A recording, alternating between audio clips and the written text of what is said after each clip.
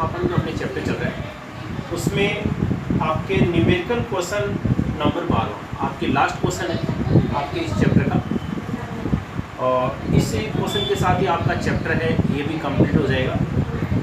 तो ये जो लास्ट जो क्वेश्चन है न्यूमेरिकल क्रम के समापन का, ये भी आपके गार्डनर-मरे के सिद्धांत का ही है। इसमें दे रखा है 3 पार्टनर है, कपिल, भरत, विवेक और भावेश बराबर के साझेदार है। और बैलेंस शीट दे रखी है 31 मार्च 2006 की, और नीचे सूचनाएं दे रखी है कि संपत्तियों से कितनी राशि प्राप्त हुई है और दायित्वों का कितना भुगतान किया है। तो सबसे पहले हम रियलाइजेशन अकाउंट बनाएंगे।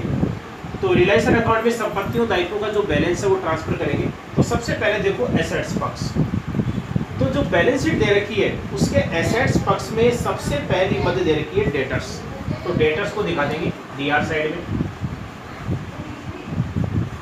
डेटर से 50,000। इसके बाद में दे रखा है स्टॉक है 30,000। संपत्तियों को हम डीआर साइड में दिखाते हैं। तो ये दो ही सब एसेट्स थी, बाकी कैपिटल का बैलेंस है। कपिल और भरत का दे रखा है कपिल कैपिटल ओवरड्रान और भरत कैपिटल ओवरड्रान, यानी कि पूंजी इन्होंने ज़्यादा निकाल ली है। तो पूंजी का डेबिट शेष हो गया, तो कैपिटल का डेबिट बैलेंस है वो कैपिटल में आएगा, इसमें नहीं आएगा। अब देखो एसेट्स में, एसेट्स का जो बैलेंस होता है वो सीआर साइड में दिखाते हैं। तो सबसे पहले दे रखा है इसमें क्रेडिटर्स। तो क्रेडिटर्स दिखा देंगे। क्रेडिटर्स है 16,000। इसके बाद में दे रखा है बैंक ओवरड्राफ्ट। देखो इसमें बैंक बैलेंस नहीं दे रखा है और बैंक ओवरड्राफ्ट दे रखा है। इसका मतलब है बैंक का क्रेडिट शेष हो गया, और बैंक का क्रेडिट शेष होता है ओवरड्राफ्ट, इसलिए हम इसको रियलाइजेशन अकाउंट में नहीं दिखाएंगे। इसके लिए हम क्या करेंगे, बैंक अकाउंट बनाएंगे, और बैंक अकाउंट में ओवरड्राफ्ट को कहाँ दिखाएंगे, सीआर साइड में, क्योंकि ये सीआर बैलेंस हो गया है। तो लायबिलिटी साइड की आपके एक ही मद है। इसके बाद में तो कैपिटल दे रखी है जिसको हम केवल कैपिटल अकाउंट में दिखाएंगे। तो यही मद है, एसेट्स की 2 है और लायबिलिटीज की है। अब नीचे सूचनाओं में देखो, देनदारों से पुस्तक मूल्य का 20% कम वसूल हुआ है। तो संपत्तियों से जो राशि प्राप्त आई कैश, तो इसमें सबसे पहले देखो पैसा जो प्राप्त हो रहा है देनदारों से 20% कम प्राप्त हुआ है। तो डेटर्स हमारे कितने थे, 50,000, और 50,000 का 20% कितना होता है, 10,000। तो 10,000 रुपये कम मिले तो इसका मतलब है देनदारों से कितनी राशि प्राप्त हुई है, 40,000। तो डेटर्स की राशि 40,000 दिखा देंगे, 20% हमने कम कर दी 50,000। इसके बाद में देखा कि स्टॉक केवल 4,000 रुपये में ही बेचा जा सका। ठीक है, स्टॉक से केवल 4,000 रुपये ही मिले, स्टॉक से 4,000 मिले हैं। तो ये दिखा देंगे 4,000, जितना पैसा होता है उतना ही हम दिखाते हैं। फिर दे रखा है, अब संपत्तियों में 2 ही वजह थी, इनके बारे में दे दिया। अब दायित्वों का भुगतान करेंगे तो उनको कहाँ दिखाएंगे, डीआर साइड में, टू कैश। तो इसमें दे रखा है दायित्वों के लिए कि 2,000 रुपये का संदिग्ध दायित्व था जिसका पुस्तकों में लेखा नहीं हुआ, जिसके लिए 1,600 रुपये चुकाने पड़े। एक दायित्व था, बैलेंस शीट में नहीं था, लेकिन भुगतान कर रहे हैं तो वो दिखाएंगे टू कैश। ब्रैकेट में दिखा देंगे कंटिंजेंट लायबिलिटी। तो 1,600 रुपये प्राप्त, 1,600 रुपये भुगतान करें तो 1,600 दिखा देंगे। ठीक है। अच्छा, इसमें क्रेडिटर्स के बारे में नहीं दे रखा है। क्रेडिटर्स हमारे कितने थे, 16,000। अगर कोई भी ऐसी लायबिलिटी है जिसके पेमेंट के बारे में नहीं दे रखा है तो हम यही मानते हैं कि हमने उसका पूरा पेमेंट कर दिया है। तो इसका हम पूरा पेमेंट कर देंगे टू कैश, और ब्रैकेट में दिखा देंगे क्रेडिटर्स 16,000। ये लेनदारों का हमने भुगतान कर दिया है। फिर इसके बाद में देखा कि एक दिवालिया हो गया। अच्छा, इसमें थोड़ी सी गड़बड़ी है, इसमें नाम दे रखा है कपिल, भरत, विवेक और भावेश, 4 साझेदार हैं। कपिल, भरत, विवेक और भावेश। तो आगे इसमें प्रिंटिंग में गलती हो गई है, ए दिवालिया हो गया। तो ए हम किसको मान लेंगे, कपिल को, यानी कि दिवालिया कौन हो गया इसमें, कपिल। ठीक है। और उससे केवल 6,000 रुपये वसूल हुए। वसूली वे 4,800 रुपये हुए टू कैश एक्सपेंसेज। तो वसूली वे है 4,800 रुपये का। और दिवालिया हो गया, इससे राशि प्राप्त हुई, ये सब हम पार्टनरशिप अकाउंट में दिखाएंगे। गार्डनर मनी के नियम को लागू करना है। तो ये आपके रिलेशन अकाउंट की मद है, इसके अलावा और कोई मद नहीं है। इसका टोटल ये हम लगा देंगे। तो देखो इसमें डी.आर. साइड का टोटल ही ज़्यादा आ रहा है, तो डी.आर. साइड का टोटल है ये लगा दो आपके। तो इसमें टोटल है वो आ रहा है, तो देखो डी.आर. साइड का टोटल हमारा आया है 1,02,400, ठीक है। सी.आर. साइड का जो टोटल है ये आ रहा है आपके 60,000। 60,000 हम 1,02,400 में से घटा देंगे, तो 42,400 रुपये का लॉस हो गया, जो कि डी.आर. साइड का टोटल ज़्यादा है तो लॉस होता है। इस लॉस को चारों पार्टनर बांट लेंगे, और चूंकि बराबर के साझेदार है तो 42,400 रुपये को चारों बांट लेंगे। विवेक, भारत, पहले कपिल है,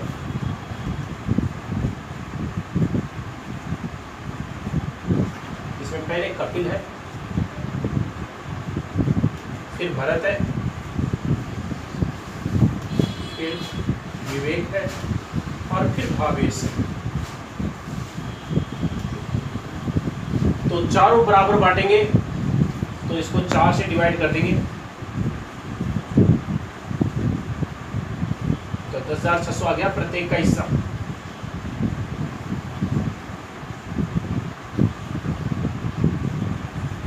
ठीक है, ये अपना टोटल आ गया 1,02,400। ये अपना रिलेशन अकाउंट कंप्लीट हो गया। अब हम बनाएंगे इसका पार्टनर्स कैपिटल। देखो हमने रिलेशन अकाउंट तो बना लिया, अब पार्टनर्स कैपिटल अकाउंट में देखो, जो इसमें 4 पार्टनर हैं, इसमें बैलेंस शीट में विवेक और भावेश, इन दोनों का तो दे रखा क्रेडिट शेष। तो विवेक, भावेश और कपिल और भरत का दे रखा है इसमें डेबिट शेष, ठीक है। तो विवेक और भावेश का ये तो हम सी.आर. साइड में दिखा देंगे बाई बैलेंस बी.डी., क्योंकि इनकी कैपिटल का क्रेडिट बैलेंस है। लायबिलिटी साइड में दे रखा है 60,000 और 30,000, 60,000 और 30,000। लेकिन कपिल और भरत का डेबिट शेष है, तो इसको हम डेबिट साइड में दिखा देंगे टू बैलेंस बी.डी. कपिल और भरत का डेबिट शेष है 20,000 और 10,000, 20,000 और 10,000, ठीक है। ये तो हमने कैपिटल का बैलेंस दिखा दिया। अब देखो हमने इससे पहले रिलेशन अकाउंट बनाया था, लेकिन इसमें क्या है, दिवालिया साझेदार के घाटे को जो पूरा करेंगे शेष बचे साझेदार पूंजी के अनुपात में, तो पूंजी का अनुपात हमारे को निकालना है। तो रिलेशन लॉस प्रॉफिट है वो पहले नहीं दिखाएंगे, पहले ही देख लो कि पहले की बैलेंस शीट में कोई मद है क्या। देखो इसमें पहले की बैलेंस शीट में कोई लाभ या हानि का कोई बैलेंस नहीं है। इसका मतलब है जो पहले की जो कैपिटल दे रखी है उसी का बैलेंस निकाल लेंगे। इसमें दिवालिया जो साझेदार हुआ है वो कपिल हुआ है, ए साझेदार दे रखा है, ए का मतलब है कपिल, कपिल दिवालिया हो गया है। अच्छा, भरत का भी इसमें डेबिट शेष आ रहा है, भरत का इसमें डेबिट शेष आ रहा है, तो लेकिन ये दिवालिया नहीं है। तो जिस साझेदार की पूंजी का डेबिट शेष आता है और वो दिवालिया नहीं है, तो वो केवल अपने घाटे को पूरा करता है, तो वो दिवालिया साझेदार के घाटे को पूरा नहीं करेगा। जिस साझेदार की पूंजी का डेबिट शेष आता है और दिवालिया नहीं है, वो केवल अपने घाटे को पूरा करता है। तो भरत का डेबिट शेष आ रहा है लेकिन दिवालिया नहीं है, तो ये केवल अपने घाटे को पूरा करेगा, कपिल के घाटे को पूरा नहीं करेगा। इसका मतलब है कपिल के घाटे को कौन पूरा करेंगे, विवेक और भावेश। तो विवेक और भावेश है, इनकी पूंजी का इन्हीं का रेशियो निकालेंगे 60,000 और 30,000, तो इनका जो रेशियो है वो आ जाएगा 2:1। ठीक है, यानी कि 2:1 के अनुपात में बांटेंगे। तो रेशियो तो 2:1 हमने निकाल लिया। अब हम बाकी मदे दिखा देंगे। रिलायंस का लॉस डीआर साइड में दिखा देंगे, रियलाइजेशन, और प्रत्येक का हिस्सा 10,600 आया था, तो 10,600 दिखा देंगे डीआर साइड में।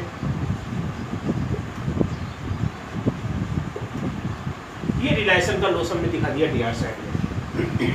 अब इसके बाद में देखो, इसमें साझेदारों ने कोई संपत्तियां दायित्व नहीं लिए। तो अब देखो, इसमें दिवालिया साझेदार है इसमें कपिल। तो कपिल का देखो, इसमें डेबिट साइड का टोटल लगा लो। इसका डेबिट साइड का जो टोटल है वो आ रहा है 30,600, और इधर देखो आपके कुछ भी नहीं आ रहा है, यानी कि इसका टोटल घाटा है, कपिल का टोटल घाटा है वो कितना आ रहा है 30,600। ठीक है, लेकिन मैंने भी कहा था कि भरत का भी डेबिट शेष आ रहा है। देखो, भरत का डेबिट शेष है वो कितना आ रहा है 20,600। तो ये केवल अपने घाटे को पूरा करेगा, ये केवल अपने घाटे को पूरा करेगा। तो और कपिल के घाटे को विवेक और भावेश पूरा करेंगे। किस अनुपात में? 2:1 के अनुपात में। 2:1 अनुपात कैसे निकाला? 60,000 और 30,000 का रेशियो निकाल करके। तो इसका टोटल घाटा जो 30,600 था कपिल का, उसमें से दे रखा है कि ए दिवालिया हो गया और उससे केवल 6,000 रुपये वसूल हुए, यानी कि कपिल से केवल 6,000 रुपये प्राप्त हुए। तो 6,000 रुपये प्राप्त हुए हैं, तो ये दिखा देंगे बाई कैश 6,000 रुपये। कितने में से? 30,600 में से। 30,600 में से केवल 6,000 रुपये प्राप्त हुए, तो बाकी घाटा है वो कितना बचा इसमें? 24,600। बाकी घाटा जो 24,600 बचा था, इसको विवेक और भावेश पूरा करेंगे 2:1 के अनुपात में। तो इसका 24,600 का 2/3,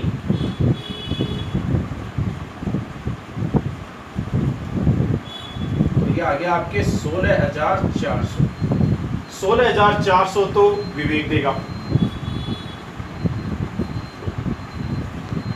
विवेक कैपिटल। तो विवेक अपने पास से देगा 16,400 किसको? कपिल को। ऐसे ही दूसरे का निकल जाएगा। दूसरे का कितना जाएगा? 1/3, तो उसका कितना जाएगा? 8,200। दूसरा कौन है? भावेश। भावेश कैपिटल ये देगा 8,200। ठीक है, तो इसका टोटल घाटा जो था 24,600, 24,600 में से 16,400 तो विवेक दे देगा और 8,200 है ये भावेश दे देगा। इसके घाटे को पूरा कर दिया तो इसका टोटल तो हम पूरा कर देंगे 30,600, लेकिन इसके घाटे को पूरा करने के कारण इनकी पूंजी में कमी हो जाएगी। इनके डेबिट साइड में दिखा देंगे विवेक और भावेश के। इन्होंने किसको दिया है? कपिल को। तो नाम भी किसका आ जाएगा? कपिल का। तो इसका देखो, विवेक के आ जाएंगे 16,400 और भावेश के आ जाएंगे 8,200। ठीक है, अब देखो भरत का। भरत का देखो डेबिट शेष आ रहा था 20,600, इधर कुछ भी नहीं है, दिवालिया नहीं है, तो ये अपने घाटे को खुद ही पूरा करेगा। पूरे 20,600 रुपये कैश लेकर आएगा। तो 20,600 है, ये दिखा देंगे इसमें, तो टोटल आ जाएगा आपकी 20,600। अब विवेक का देखो, विवेक और भावेश इनका सीआर साइड का टोटल ही ज़्यादा है, तो इनका सीआर साइड का टोटल लगा लो। विवेक का आ रहा है 60,000 और इसका आ रहा है 30,000। तो सीआर में से डीआर साइड का घटा दो। तो विवेक का देखो, इसमें डीआर साइड का जो टोटल है वो कितना आ रहा है? इसका आ रहा है 26,400 नहीं 27,000।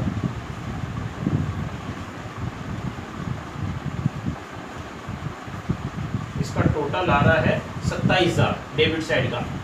60,000 में से 27,000 लेस कर देंगे, कितना बचा? 33,000। इसका मतलब है कि इसको विवेक को फर्म कितना पेमेंट करेगी, 33,000 रुपये का पेमेंट करेगी टू कैश, फाइनल पेमेंट।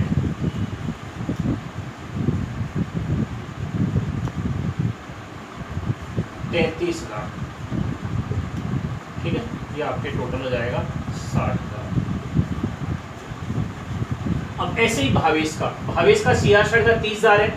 अब डीआर साइड का टोटल है वो देखो आपके 18,800। ठीक है, 18,800 है, 30,000 में से घटा दो,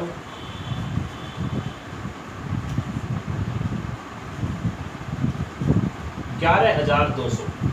भावेश को कितना पेमेंट किया जाएगा, 11,200 रुपये का पेमेंट किया जाएगा। अब इसका टोटल लगा देंगे 30,000। ये हमारा पार्टनरशिप अकाउंट बढ़ गया। तो इन्होंने कपिल के घाटे को पूरा किया, इन्होंने पूरा किया विवेक और भावेश ने, क्योंकि भरत का तो पहले से डेबिट शेष आ रहा था, इसलिए इसने अपने खुद के घाटे को पूरा किया है। और घाटे को पूरा करने के बाद में विवेक को पेमेंट किया जाएगा 33,000 और भावेश को पेमेंट किया जाएगा 11,200। ये फर्म पेमेंट करेगी। ठीक है, ये अपना पार्टनरशिप अकाउंट कंप्लीट हो गया। अब हम बनाएंगे इसका कैश अकाउंट। देखो हमने पार्टनर्स कैपिटल अकाउंट हमने बना लिया, और पार्टनर्स कैपिटल अकाउंट में जो साझेदार अपने कपिल था, दिवालिया हो गया था, और उसके घाटे को विवेक और भावेश ने पूरा किया था। भरत जो था उसका डेबिट शेष था, लेकिन उसने अपने घाटे को खुद ही पूरा किया था। अब हम बनाएंगे कैश अकाउंट। तो कैश अकाउंट में देखो पहले का कैश बैलेंस नहीं है, इसमें बैंक को ओवरड्राफ्ट दे रखा है, और बैंक ओवरड्राफ्ट यानी कि बैंक का क्रेडिट शेष है। तो क्रेडिट शेष है तो इसको क्रेडिट साइड में दिखाएंगे, यानी कि कैश अकाउंट में इसमें हम लिखेंगे बैंक कॉलम। तो ये बैंक कॉलम हो गया। तो सीआर साइड में दिखा देंगे बाई बैलेंस पीडी, और बैंक ओवरड्राफ्ट था इसमें 4,000। ओवरड्राफ्ट क्रेडिट बैलेंस होता है। अब जो भी रोकड़ आती है डेबिट साइड में, पहले का कैश बैलेंस तो था ही नहीं बल्कि क्रेडिट शेष था बैंक का। अब इसमें रोकड़ आ रही है संपत्तियों को बेचने से, टू रियलाइजेशन एसेट्स रियलाइज, संपत्तियों से वसूली। तो संपत्तियां इसमें दो थी हमारे, डेटर्स और स्टॉक। तो डेटर्स से 40,000 और स्टॉक से 4,000, यानी कि टोटल 44,000 रुपये हमारे को प्राप्त हुए थे। संपत्तियों से 44,000 रुपये प्राप्त हुए।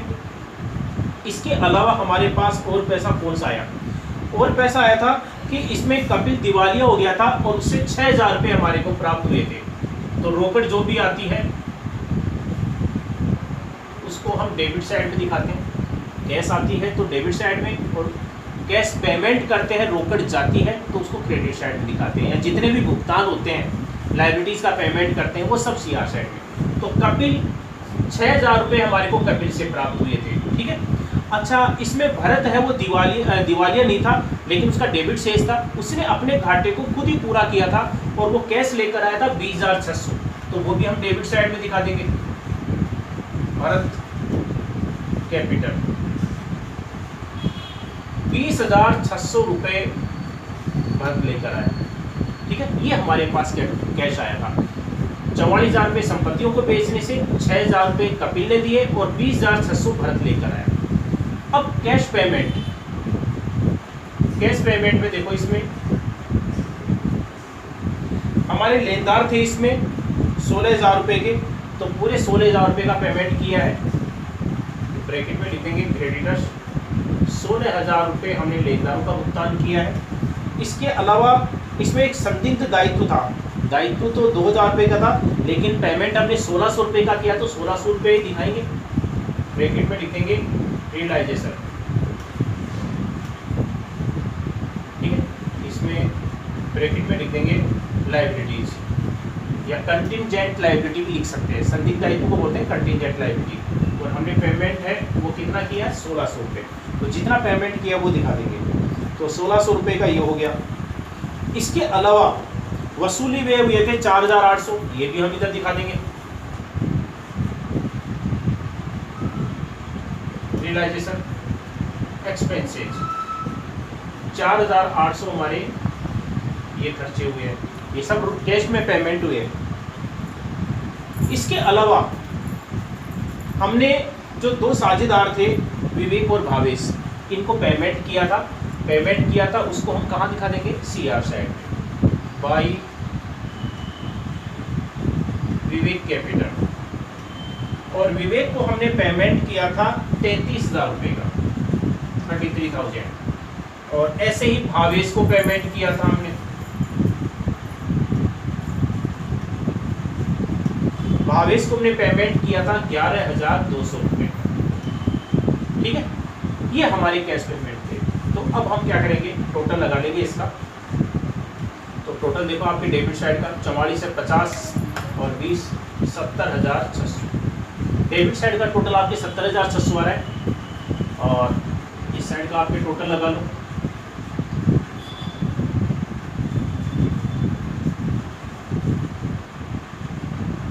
देखो इस साइड का टोटल भी आपके 70,600 आ रहा है। ये आपके कैश अकाउंट कंप्लीट हो गया। तो हमने क्या है, इसमें तीनों अकाउंट जैसे बना लिए। तो इसी के साथ अपना ये जो चैप्टर है धर्म के समापन, ये भी अपना कंप्लीट हो गया है। गार्डनर मरे का जो सिद्धांत है उसमें हमने कुछ क्वेश्चन कहते हैं, ये गार्डनर मरे के सिद्धांत का लास्ट क्वेश्चन था, ये भी अपने कंप्लीट हो गया है। तो इस क्वेश्चन को आप फिर से रिपीट कर लेना, और जितने एक बार जो इलस्ट्रेशन के क्वेश्चन हो गए उनको एक बार आप फिर से रिवाइज कर लेना। जहाँ कहीं भी प्रॉब्लम है वो आप क्या है कर सकते हो, इसमें पूछ सकते हो जो भी है। इसके बाद में हम आगे नया चैप्टर स्टार्ट करेंगे।